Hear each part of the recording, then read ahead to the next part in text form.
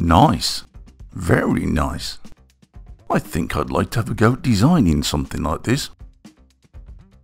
Hey guys, remember this video a few weeks back? If you didn't see it, the owners of this website, how would you say that? Gothic? Yes, let's go with Gothic. So the guys at Gothic.com previously sent me a fabulous tiger ring, and I had a go at designing my own. Well, now they've sent me these excellent skull rings, and just like last time, they haven't charged me anything, and they haven't asked for anything in return. Except for just one thing. They asked me, if I designed one, to show them the design before I showed it to you. That seemed a reasonable enough request, and I do like a challenge.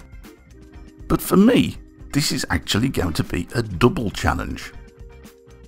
For a while now, folks have been encouraging me to have a play with ZBrush.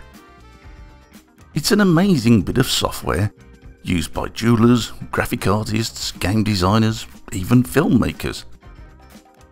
The problem is it has a reputation for being a bit of a pig to learn, and, very importantly, it's not free. But there is a free trial version, so that's where I began. I started by doing a couple of rough sketches of a skull, and then I began sculpting.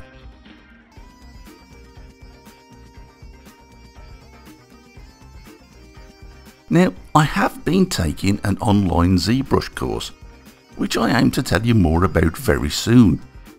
But I assure you, this is my very first project with this software, and it took me days.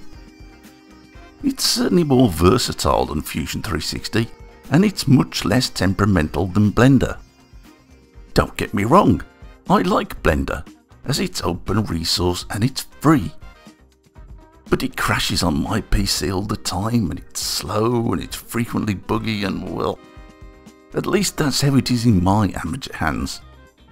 But ZBrush, whilst complicated to initially get my head around, is an absolute joy to work with. Obviously, everything you're seeing here is dramatically sped up. I'm still learning, and I'm certainly not fast.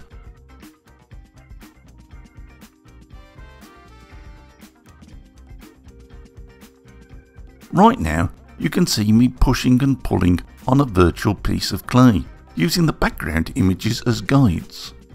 Now, you can certainly do something similar to this with Blender, but personally I've always found it a little bit like pushing water uphill. Why? I don't know, but ZBrush somehow seems easier.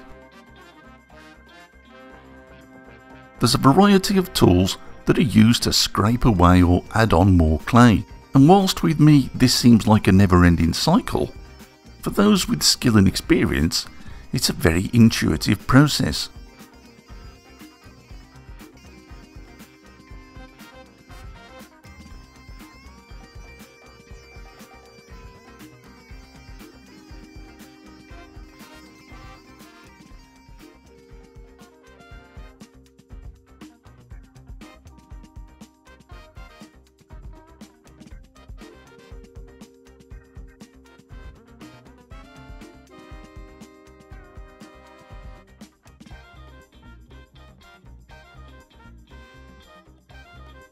Push, pull, push, pull, push, pull. It reminds me of my honeymoon. Yeah, there was a hell of a queue to get into that hotel.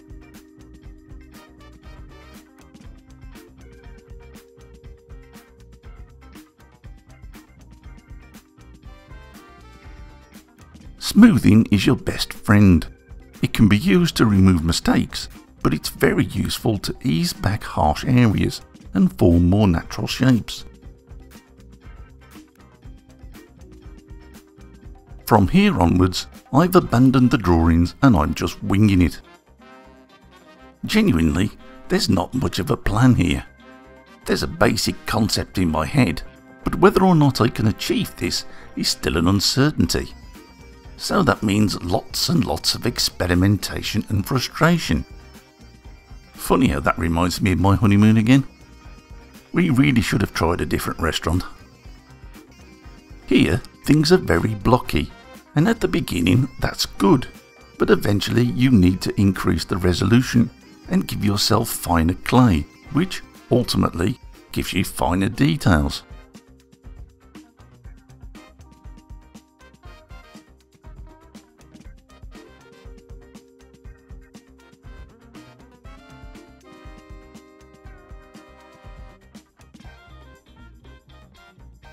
At this point, I created a simple cylinder.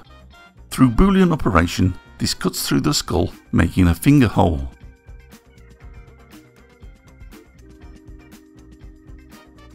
To reach this stage probably took me a few hours, but after this began days of trial and error. I was trying to add gestures to a skull, something it's obviously not meant to do, and I'm no artist. So there were changes galore as I fiddled about with expressions. Add smooth, subtract smooth, swear smooth, try again. Luckily, at the heart of it all, I was actually enjoying the process. Please don't look for anatomical accuracy here. I spent most of my biology lessons chatting to the girls on the back row. So here I'm just going for something skull-like, but obviously imaginary.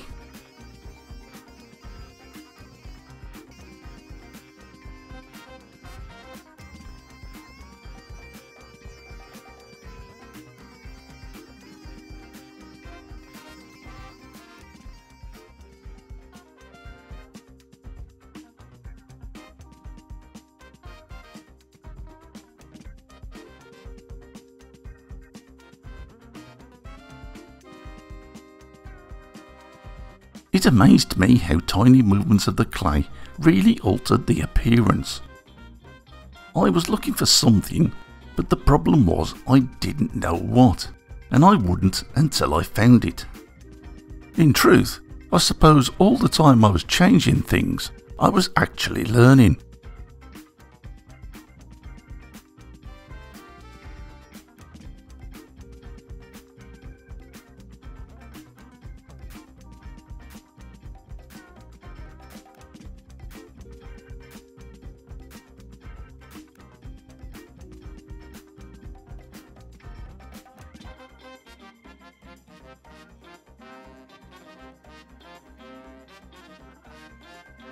This level of control isn't really possible with a mouse, and most graphic tablets can be stupidly expensive. Fortunately, I found one on Amazon about 12 months back now. It's a reasonable price and does a great job. Everything I'm doing here is done using this tablet. I'll place a link in the description if it helps.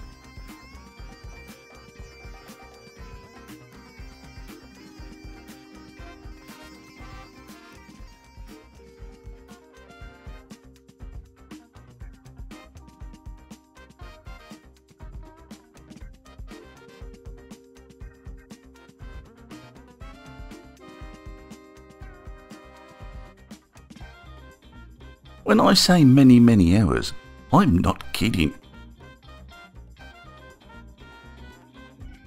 Getting the basic shape didn't take me that long, but I spent days tinkering with the expression on this guy.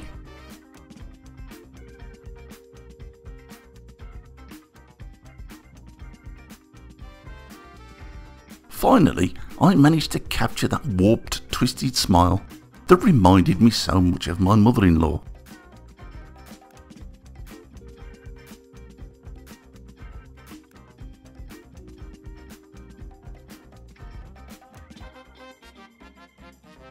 Of course, at this point, I would normally print and cast this.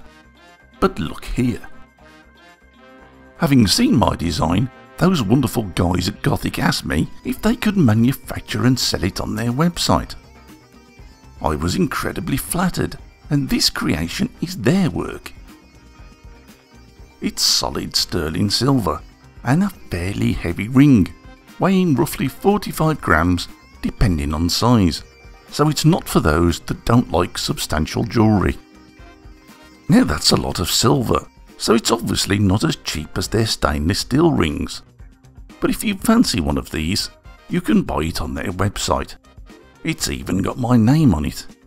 I'll place a link in the description if any of you fancy taking a look at my first ZBrush creation.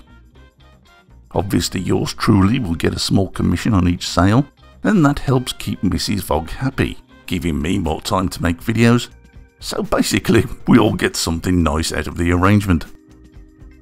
I don't think this will be my last outing with ZBrush. I found it extremely responsive, and its results were excellent. So that's it for this one, guys. I hope you enjoyed it. Take care, and thanks for watching.